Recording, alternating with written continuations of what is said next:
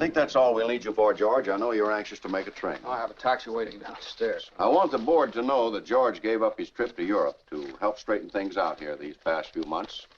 Good luck to you at school, George. Good luck, George. Good luck. And now we come to the real purpose of this meeting, to appoint a successor to our dear friend, Peter Bailey. Mr. Chairman, I'd like to get to my real purpose. Wait just a minute now. Wait for what? I claim this institution is not necessary to this town.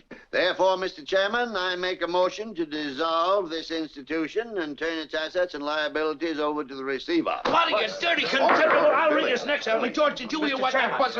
It's too soon after Peter Bailey's death to talk about chloroforming the building and loan. Peter Bailey died 3 months ago. I second Mr. Potter's motion.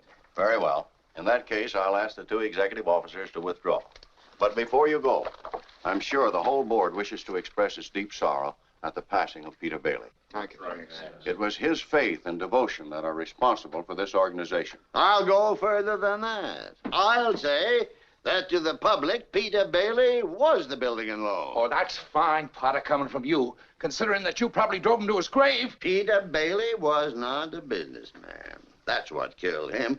Oh, I don't mean any disrespect to him, God rest his soul. He was a man of high ideals, so-called. But ideals without common sense can ruin this town. Now, you take this loan here to Ernie Bishop. You know, that fellow that sits around all day on his brains in his taxi, you know. I happen to know the bank turned down this loan, but he comes here, and we're building him a house worth $5,000. Why? Well, I handled that, Mr. Potter. You have all the papers there, his salary, insurance. I can personally vouch for his character. Friend of yours. Yes, sir. You see, if you shoot pool with some employee here, you can come and borrow money.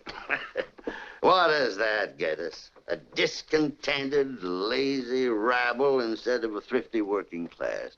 And all because a few starry-eyed dreamers like Peter Bailey stir 'em up and fill their head with a lot of impossible ideas. Now, I say... Just a minute.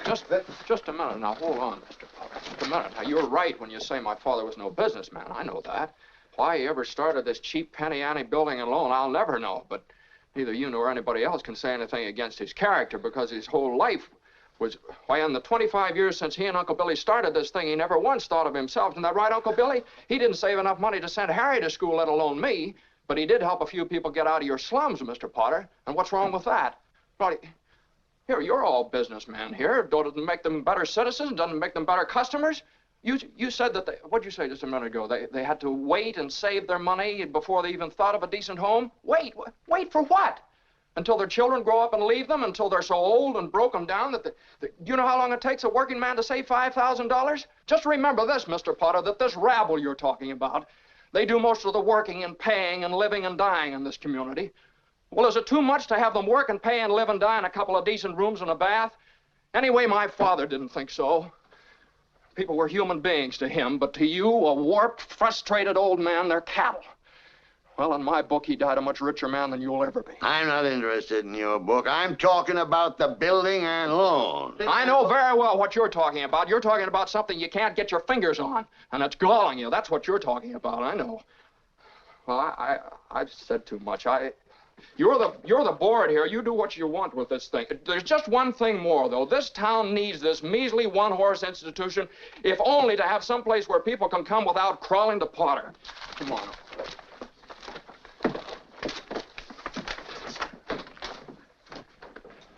Sentimental hogwash. I want my motion acted on. Boy, oh boy, that was telling George, oh boy, you shut his big mouth. You should have heard him. What happened? We heard a lot of yelling. Well, we're being voted out of business after 25 years. Oh. Easy come, easy go. Here it is, help wanted, female. You still want me to hang around, George? Yeah, I'll be right down. Yeah, hey, you'll miss your train. You're a week late for school already. Go on. What's going on? Oh, never mind. Don't worry about that. They're putting us out of business. So what? I can get another job. I'm only 55. 56. Go on. Hey, look, you gave up your boat trip. Now you don't want to miss college, too, do you? George, they voted Potter down. They want to keep it going. You did it, George. You did it. They got one condition. Only one condition. What's that? And that's the best part of it. They've appointed George here as executive secretary to take his father's place. Oh, no, but Uncle Billy is... You can keep him on, that's all right. As secretary, you can hire anyone you like. Dr. Cameron, now let's get this thing straight. I'm leaving. I'm leaving right now. I'm going to school. This is my last chance. Uncle Billy here. He's your man. But, George, they'll vote with Potter otherwise. I know. He didn't go. That's right. Not only that, but he gave his school money to his brother Harry and sent him to college. Harry became a football star, made second team All-American. Yeah, but what happened to George? George got 4 years older, waiting for Harry to come back and take over the building and loans. Now, there are plenty of jobs around if somebody likes to travel. Look at this here.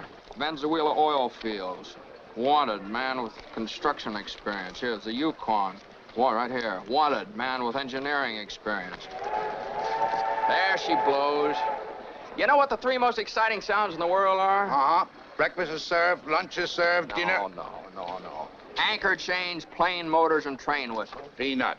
There's the professor now. Old Professor Phi Beta George, Kappa. Geographic Explorer Bailey. What, no All-American husky Bailey. dogs, no sleds? Uncle No. Billy, you haven't changed a bit. Nobody ever changes here, you know boy, that. am I glad to see you. Say, where's Mother? She's home cooking the fatted calf. Come on, let's go. Oh, wait a minute. George, Uncle Billy, I want you to meet Ruth. Hello. How do you do? Ruth Dakin. Ruth Dakin Bailey, if you don't mind. That's right. Well, I wired you I had a surprise. Here she is. Meet the wife. What do you know? Wife? How do you do? How do you Congratulations. What am I doing? Congratulations. Come then, Harry, you They're said married, you these can't two. think of- Why don't you tell Come on, somebody? Mrs. Bailey, I can't wait to Nobody see tells everybody's me eyes. anything. Oh, you really married? Why, yeah. Hey, what's a pretty girl like you doing marrying this two-headed brother of mine? Well, I'll tell you, it's purely mercenary. My father offered him a job. Oh, we got you in the job. Well, Harry's cup running over. George, about that job, Bruce spoke out of turn. I never said I'd take it. You've been holding the bag here for 4 years, and... Well, I won't let you down, George. I would like to... Well, wait a minute. I forgot the bags. I'll be right back. Surprise to me. This is the new Mrs. Bailey, my nephew's wife. do you He's do? an old friend of the Bailey. Really? Oh, what are their names? Harry, Let's you see. Now, just got in here now. of course, We're taking her I've home. heard And I them want to speak tell of you you. that we're going to give the biggest party this Oh, town ever that's saw. gonna be I there. want you to come Harry, to Harry, I'll be right here. Will you hear you? How are you? You certainly George, that's all Harry ever talks about. Ruth, what about this job? Oh, well, my father owns a glass factory in Buffalo. He wants to get Harry started in the research business. Well, is it a good job? Oh, yes, very. Not much money, but good future, you know. Yeah. Harry's a genius at research. My father just fell in love with him. You did, too.